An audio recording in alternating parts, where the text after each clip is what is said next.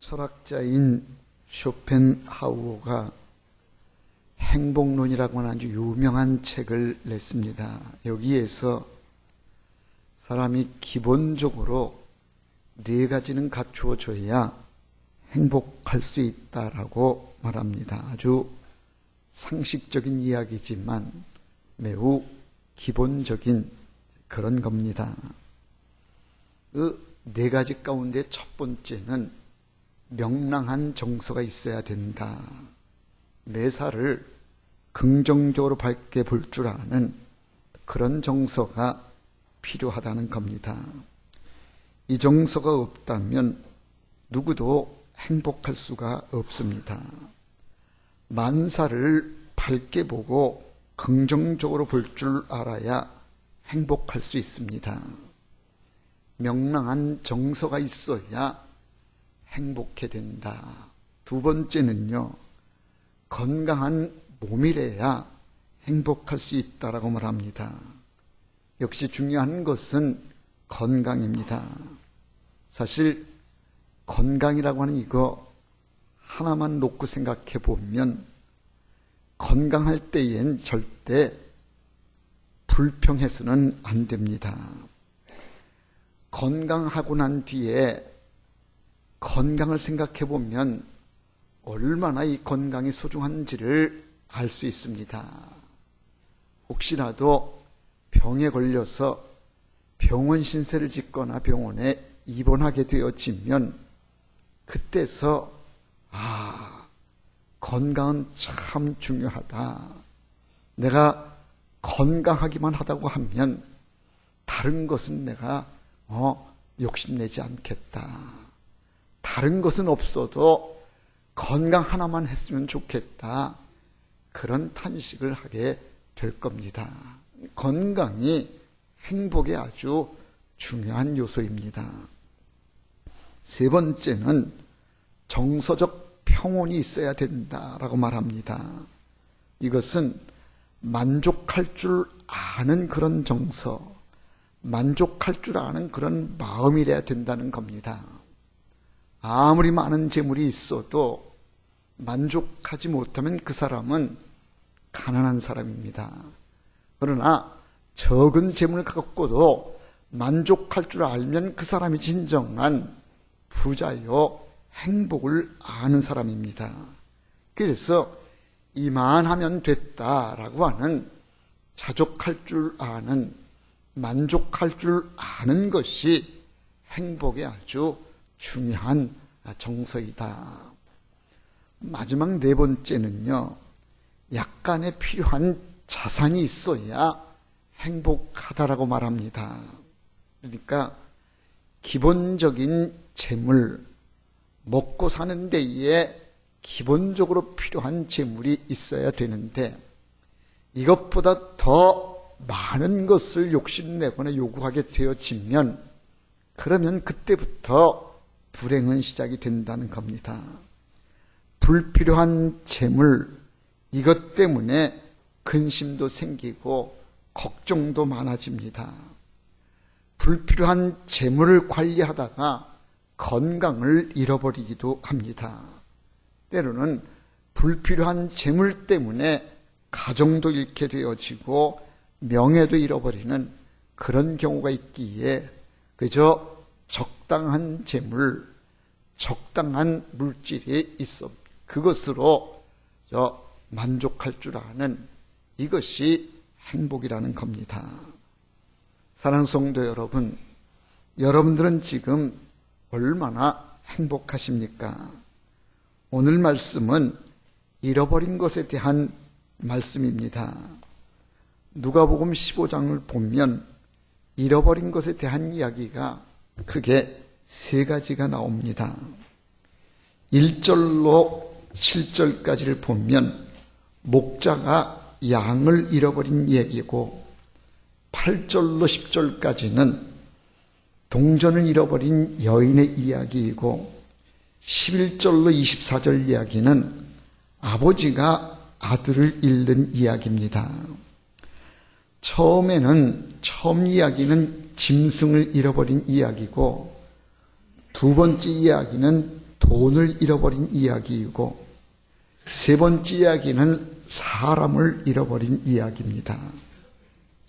잃어버린 것도 다양하고 잃는 사람도 다양하고 잃어버린 장소도 다 다릅니다.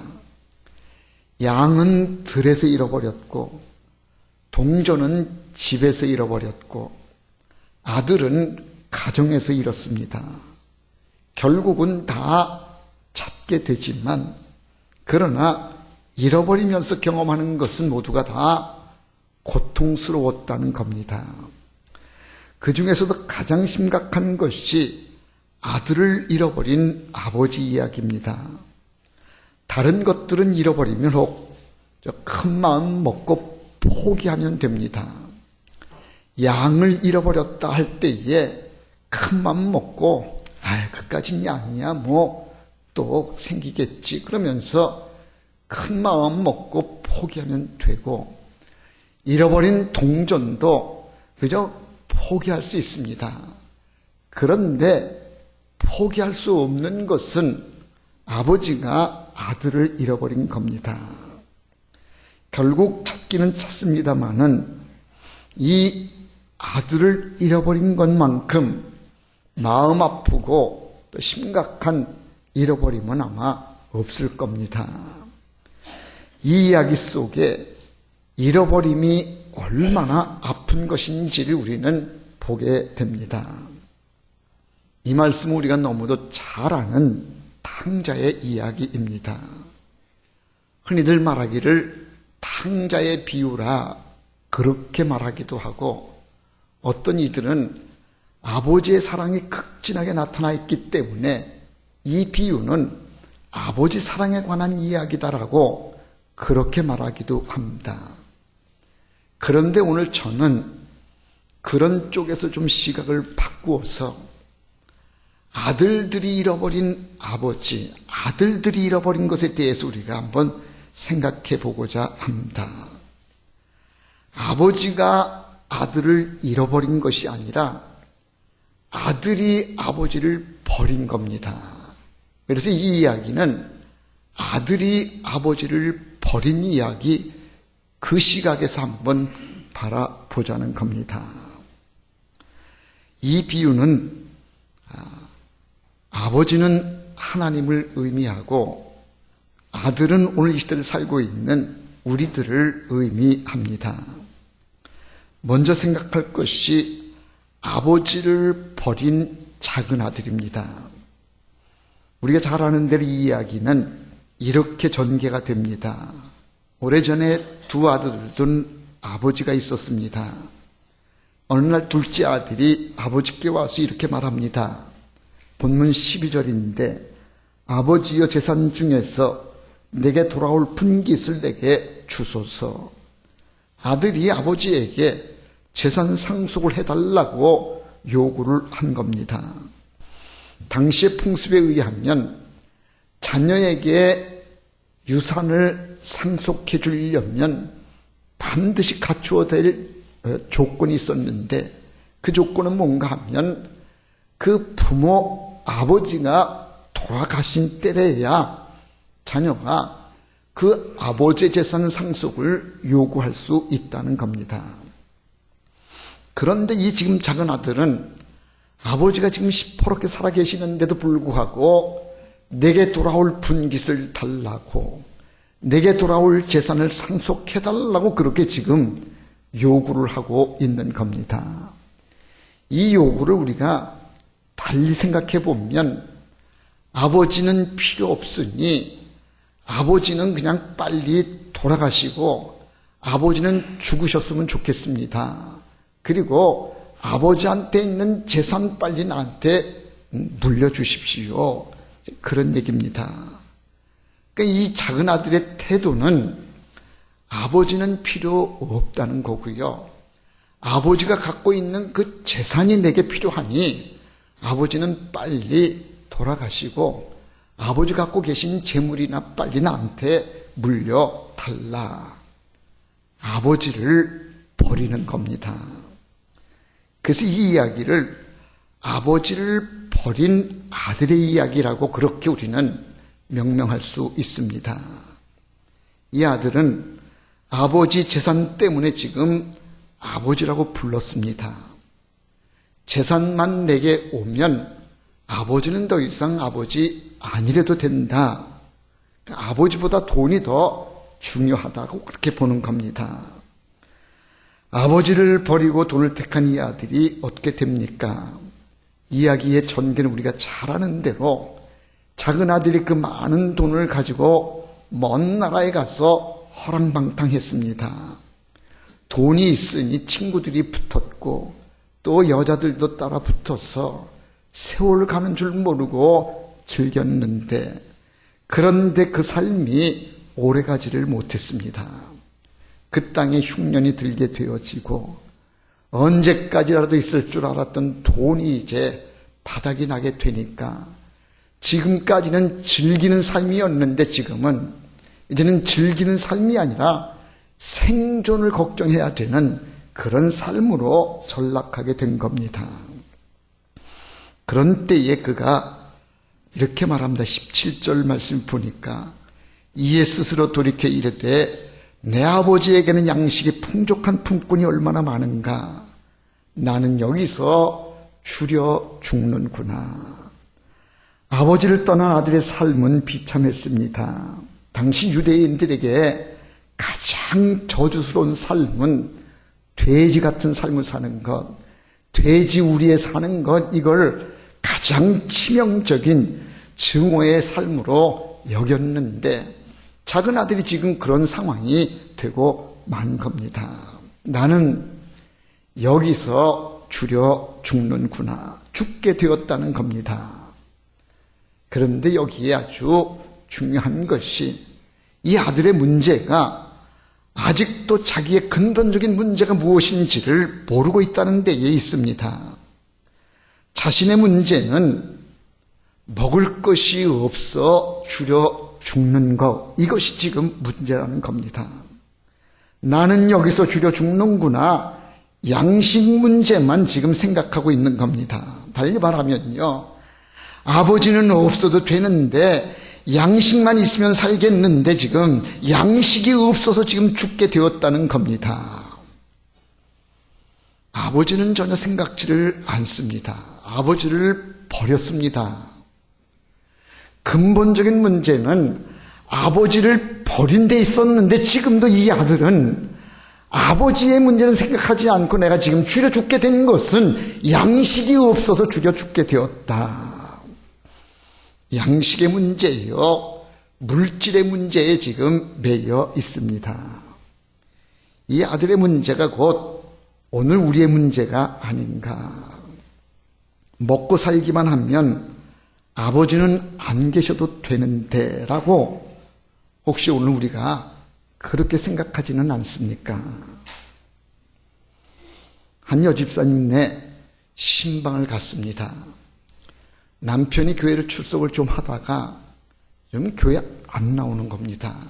그래서 그 남편도 교회 나오도록 권유하기 위해서 이제 신방을 가서 그 여집사님한테 물었습니다. 남편이 사업을 하는 그런 가운데 있었는데, 가서 신방 가서 여집사님에게 물었어요. 집사님, 요즘 가장 큰 문제가 무엇입니까? 라고 그랬더니 그 여집사님의 대답이 남편의 사업이 잘 안 되는 것이 이게 문제라고 그렇게 대답을 하는 겁니다. 사업만 좀 잘 되면 걱정이 없을 텐데 사업이 지금 잘 안 되는 것 때문에 이게 문제라는 겁니다. 여러분들, 이 얘기를 어떻게 생각하십니까? 지금 이 집사님네의 문제, 가장 큰 문제는 지금 사업이 안 되는 것이 가장 큰 문제이겠습니까? 정말 이 집의 가장 큰 문제는 그 남편이 아버지를 버린 문제인데, 그런데 아버지 버린 문제는 생각하지 않고 사업이 지금 잘 안 되는 것이 가장 큰 문제라고 그 여집사님도 그렇게 얘기를 하고, 사업만 잘 되면 남편이 교회를 나가든지 안 나가든지 그 문제는 별 문제가 아닌데, 지금 우리 집의 가장 큰 문제는 사업이 잘 안 되는 게 문제다라고 그렇게 말하는 겁니다. 오늘 우리의 삶이 힘든데 그 이유가 어디에 있는가? 오늘 우리의 삶에 불행이 있는데 그 이유가 어디에 있는가? 문제가 무엇인지를 모르는 데 있습니다. 이 아들, 나는 여기서 줄여 죽는구나. 줄여 죽는 문제, 돈이 떨어진 문제, 재물이 없는 그 문제 때문에만 이 아들은 나는 죽게 됐다라고 그렇게 말합니다. 돈 이전에 아버지를 버린 것을 생각해야 되는데 아직도 그는 먹을 것이 없다는 것, 돈이 없다는 것, 그것만을 생각하고 있습니다. 아버지를 버리지만 않았어도 이 아들은 이런 문제에 다다르지는 않았을 텐데, 그 근본적인 문제를 거슬러 가면 아버지를 버린 문제가 근본적인 문제인데, 근본적인 문제는 생각하지 않고 지금 그저 양식이 없다는 거, 먹을 것이 없다는 거, 이것만을 지금 문제시하고 있다는 데에 문제가 있다는 얘기입니다. 이 아들의 문제는 아버지를 버린 데에 있습니다. 이 아들은 집에 있을 때에도 늘 생각했던 것이 재산이었습니다. 아버지야 뭐 어떻든 간에 아버지 재산을 내가 어떻게 물려받을 것이냐, 집에 있을 때에도 돈 생각이었고, 집 밖에 지금 나와 있는 지금 이런 상황 속에서 지금도 지금 그는 뭘 생각하고는 양식 생각하고 있고 돈, 재물을 이것만을 생각하고 있습니다. 집에서도 돈 생각이고 집 밖에서도 돈 생각만 하고 있는 이게 이 아들의 문제입니다. 아버지를 잃어버린 문제는 전혀 생각하지를 못한 이 아들, 그가 살 길은 아버지와의 관계를 회복하는 것인데, 아직도 이 아들은 그저 양식이 없다는 것, 먹을 것이 없다는 것, 재물이 없다는 것에만 매여 있다고 하는 것이 이게 문제입니다. 작은 아들은 아버지를 그렇게 버린 겁니다. 그럼 큰 아들은 어떻게 됐는가? 두 번째로 우리가 큰 아들의 문제를 생각해 보면, 앞서 말씀드린 대로 작은 아들이 아버지를 버렸다고 말씀드렸습니다. 그런데 이 큰 아들도 역시는 잃어버린 게 있는데 뭘 잃어버렸느냐? 이 큰 아들도 아버지를 버렸습니다. 사실 큰 아들은요, 아버지를 떠난 적이 없습니다. 동생이 집을 떠날 때에도 그는 끝까지 아버지 곁에 있었습니다. 그런데 성경을 우리가 자세히 읽으면 그에게 정말 아버지와 같이 있었는지가 의문이 들 정도의 모습을 보게 됩니다. 자, 이제 집을 나갔던 동생이 집에 돌아왔습니다. 그때에 형인 큰아들이 어떻게 대합니까? 28절에 보니까 그가 노하여 들어가고자 하지 아니하거늘 아버지가 나와서 권한대. 오늘 우리가 24절까지 읽었는데 조금 더 지나서 28절에 가면 이제 그 큰아들의 반응 모습이 나오는데, 그가 노해서 들어가지를 않았다. 집 밖에 있는데 집에 안 들어가는 겁니다. 왜 그런가 하니까 집에 왔더니 아버지가 작은 아들 왔다고 막 소강아지 잡아가지고 잔치를 벌이고 하는 이런 모습이 이게 보여지니까, 아니 이렇게 이런 수가 있는가? 이 큰아들이 화가 나가지고 분이 나서 집에 들어가지를 않고 있는 겁니다. 그런 때에 아버지가 나와가지고 얘야 집에 들어가자, 그렇게 그 큰아들을 불러들였더니 그 큰아들이 집에 들어가기를 거부했다는 거예요. 안 들어간다는 겁니다. 29절 말씀 보면 이렇게 나옵니다. 내가 여러 해 아버지를 섬겨 명을 어김이 없거늘 내게는 염소 새끼라도 주어 나와 내 벗으로 즐기게 하신 일이 없더니. 심사가 뒤틀려 있어요. 많은 돈을 가지고 나가 허랑방탕하고 돌아온 자기 동생, 작은 아들을 위해서는 막 송아지를 잡아가지고 잔치를 벌이는데, 자기는 아버지 곁에 붙어가지고 아버지 시중 다 들고 그랬는데 자기는 염소 새끼 한 마리 잡아준 적이 없는데 어떻게 그럴 수가 있나?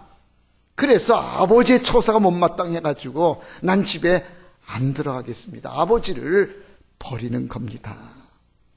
이 큰아들도 아버지와 아들의 관계를 아버지가 나한테 대우를 해줘야지, 염소 새끼라도 한 마리 잡아주셨어야지. 그래서 이 큰아들도 아버지와의 관계를 노사관계로 지금 보고 있다는 겁니다. 노사. 내가 이 일을 했으니 일한 대가를 나한테 줘야 마땅하지 않습니까? 그런데 나한테는 염소 새끼 한 마리라도 잡아줬습니까? 그러니 아버지는 아버지가 아닙니다. 그래서 아버지 집에 안 들어가겠다고 그렇게 집 밖에서 지금 거부하고 있는 겁니다. 그가 아버지한테 잘했는지 모릅니다. 그러나 그가 잘한 것은 겉으로만 잘한 것이지 정말 진실한 마음으로, 정말 속마음에서 우러나오는 아버지 아들 관계로 그가 잘한 것이냐? 말씀 보니까 그게 아니더라는 거예요. 염소 새끼 한 마리라도 안 잡아줬다는 이것 때문에 나는 집에 안 들어가겠다고 큰아들은 지금 거부를 하고 있습니다. 아버지와의 관계를 큰아들이 깨는 겁니다.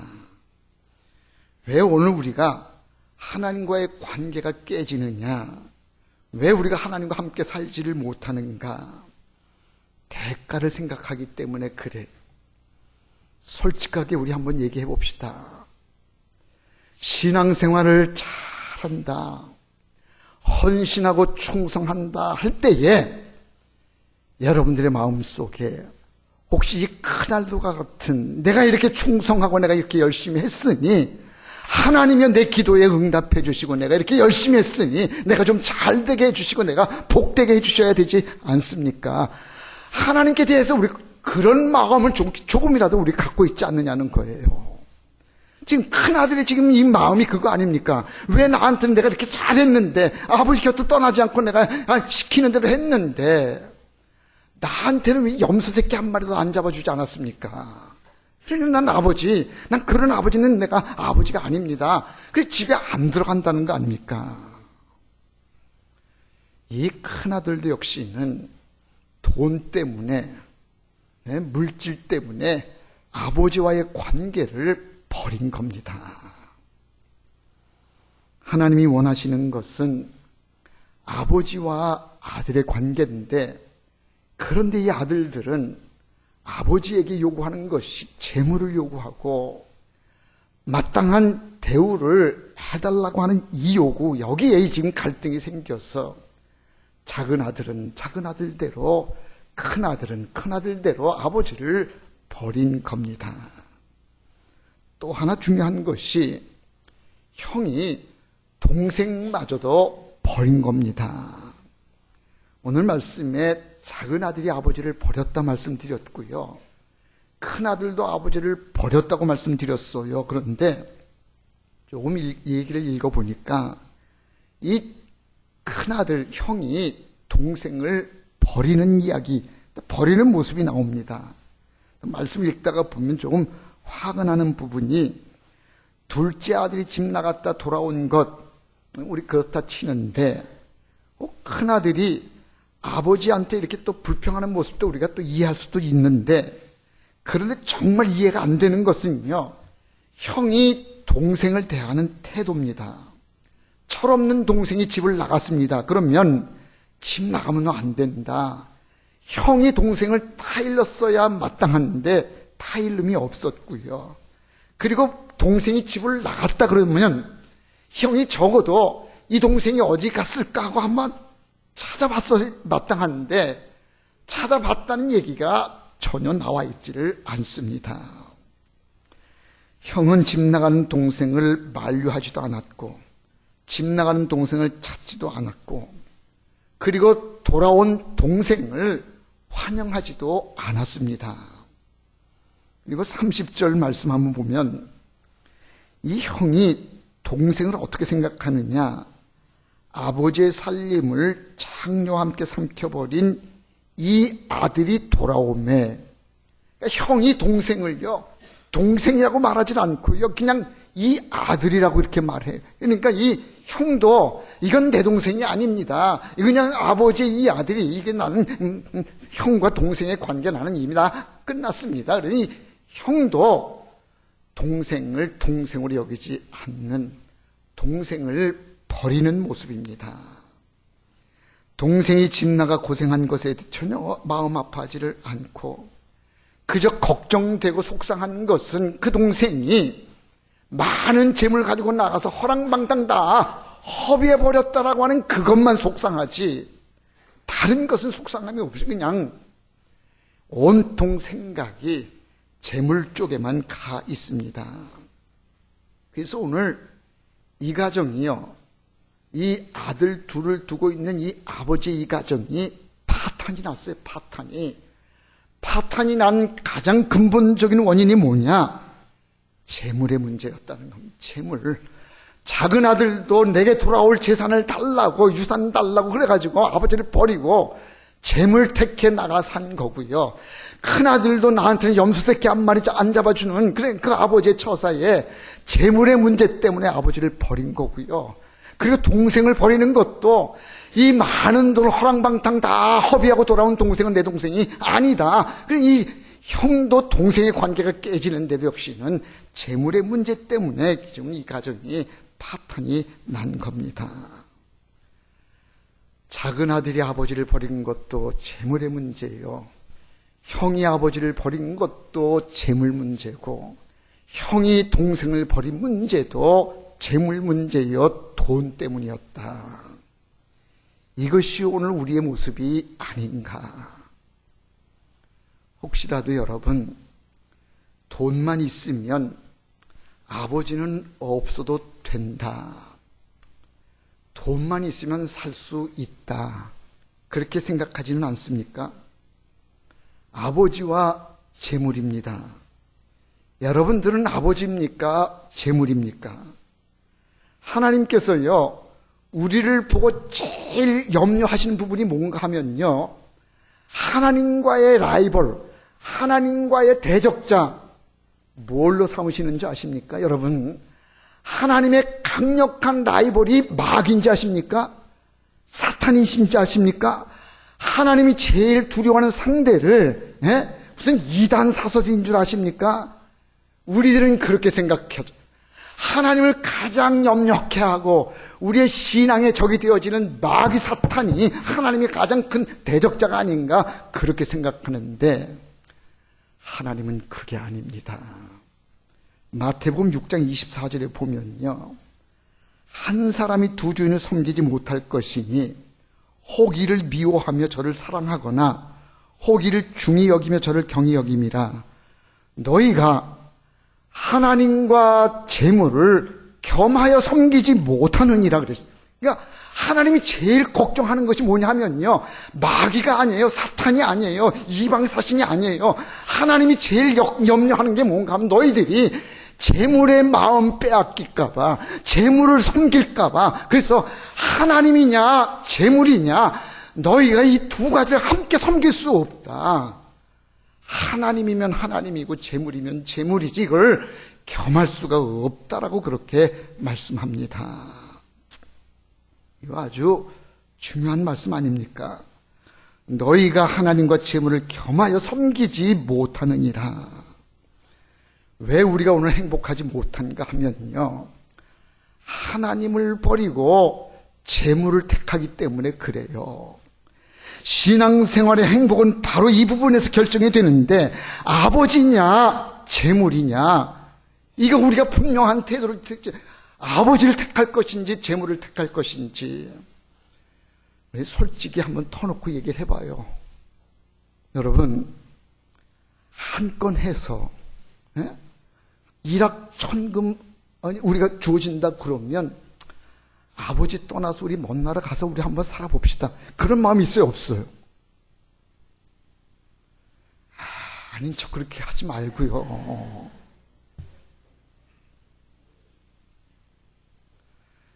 재물만 있으면, 돈만 많이 준다고 하면 나는 아버지 바꿀 수 있습니다. 그래 안 그래요? 누군가 돈을 많이 준다 그러면 나 아버지 바꾸고 나 돈 많이 주는 아버지한테 가겠습니다. 그러잖아요. 돈만 준다 그러면 이만희한테 나 가겠습니다. 2만이고 뭐 3만이고 난 가겠습니다. 돈이면 되지 뭐 가잖아요. 예? 돈을 많이 준다 그러면 나는 아버지도 난 바꿀 수 있습니다. 돈이면 최고지 뭐. 톨스토이의 단편소설 가운데에 사람에게는 땅이 얼마나 필요한가라고 하는 소설이 있어요. 소설의 주인공은 빠홈이라는 사람인데 가난한 소작농입니다. 대지주인 바시키스라고 하는 추장이 빠홈에게 제안을 해요. 네가 1,000루블만 내면 네가 아침 해 뜰 때서부터 밟은 땅, 해 질 때까지 밟고 온 땅을 내가 1,000루블만 내면 다 주겠다. 그래 빠홈이 1,000루블을 내고요. 해가 뜰 때에 이제 출발을 해요. 땅을 밟아요. 그래서 해질 때까지 밟고 온 땅은 다 자기 땅이 된다니까. 그래서 이 빠홈이 조금 더 한 평이라도 더 넓게 가져야지, 더 넓은 땅을 차지해야지 그러면서 아침 이 해 뜰 때서 쭉 걸어요. 가다가 지쳐서 막 탈진 넘어지고 또 힘을 내서 더 가야지 그러면서 막 하면서 무사히 해가 질 때까지 걷고 돌아왔어요. 상당히 넓은 땅을 밟고 왔어요. 이 땅이 이제 이 빠홈의 땅이 되는 겁니다. 그런데 이제 해가 지면서 막 돌아온 그때에 빠홈이 얼마나 기진맥진했는지 탈진해가지고요. 그 자리에 쓰러져 땅에 엎드러집니다.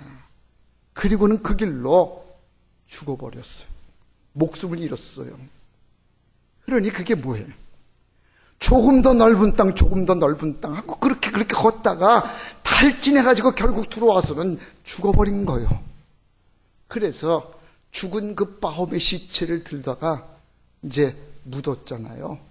묻었는데 평수가 얼마냐? 2평. 2평 땅에다가 그를 묻었어요. 사람에게는 땅이 얼마나 필요한가. 욕심을 내고 그래도 결국은 2평 땅밖에는 남는 게 없지 않느냐. 이 소설의 얘기가 그거예요. 욕심을 부려서 조금 더 그래봤자 결국 남는 게 뭐냐.